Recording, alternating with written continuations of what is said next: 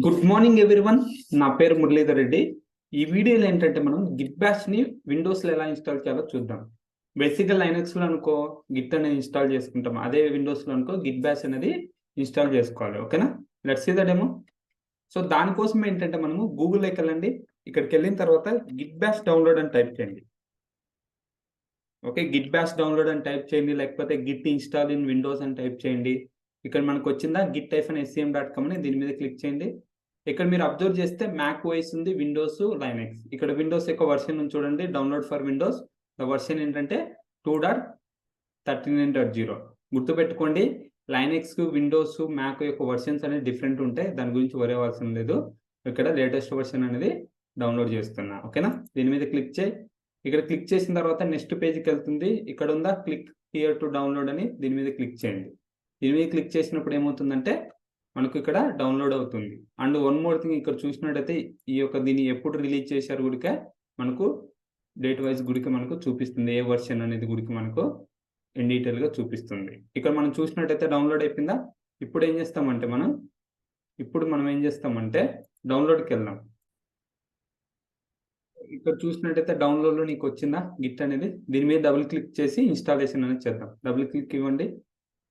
ఇచ్చిన తర్వాత ఏంటంటే మనకు ఓపెన్ అవుతుంది. ఓపెన్ అయిన తర్వాత మనం స్టెప్ బై స్టెప్ క్లిక్ చేస్తే ఇన్స్టాలేషన్ అనేది అవుతుంది.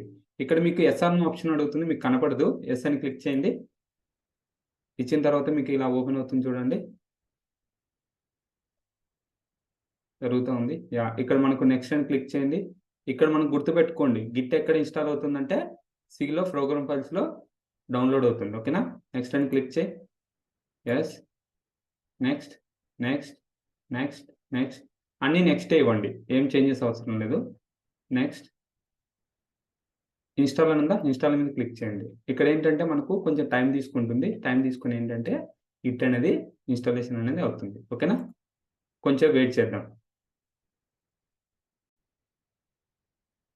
ఇక్కడ చూసినట్టయితే మనకు ఇన్స్టాలేషన్ అయిపోయింది. ఇక్కడ రీడ్మీ ఫైల్స్ చదవాలనుకుంటే రిలీజ్ పేజీ చదవచ్చు, అవసరం లేదంటే అన్చెక్ చేసి ఫినిష్ అని క్లిక్ చేయి.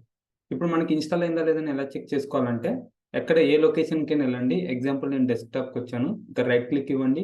ఇచ్చిన తర్వాత ఇక్కడ షో మోర్ ఆప్షన్స్ ఉందా, దీని మీద క్లిక్ చేయండి.